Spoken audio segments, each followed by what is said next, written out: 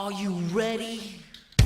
Yo YouTube, what's up? It's Triple P. How you guys doing? This is part 4 of the geocaching resources for your geocaching career series.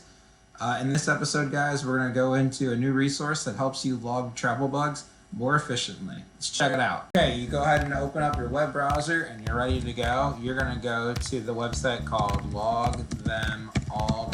What will happen is that will bring up this website here, and this website, along with some of the other ones, it will sync with your geocaching.com account. So when you are done and you hit submit, it will ask you to sign in to your geocaching.com account, and then it will submit all your information for you. Okay, so right here is the date, pretty self-explanatory.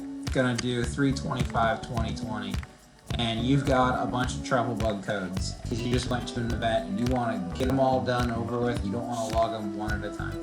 So in this first box right here, you're going to put in the travel bug codes. You need to separate them by commas, and that way it will give you, you'll be able to log as many as you want. There is no limit. Down here, you can type in the message. So for example, you can say, "Thanks for sharing. I discovered these at a recent mega event." And then it's very simple. From there, all you have to do is hit submit. And what happens is it will scan the TV codes that you put in, and then if there's an error or something that you didn't type it in right, it will tell you that.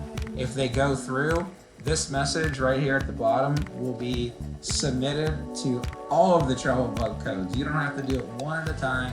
You just do it one shot, all of them, and your travel bug logging from the recent event that you went to is bada bing, bada boom, all finished. Now that's a good resource. Alright guys, that's right where we're going to wrap up this tutorial video. If you're not a Geocaching with Triple P subscriber, go and hit that subscribe button.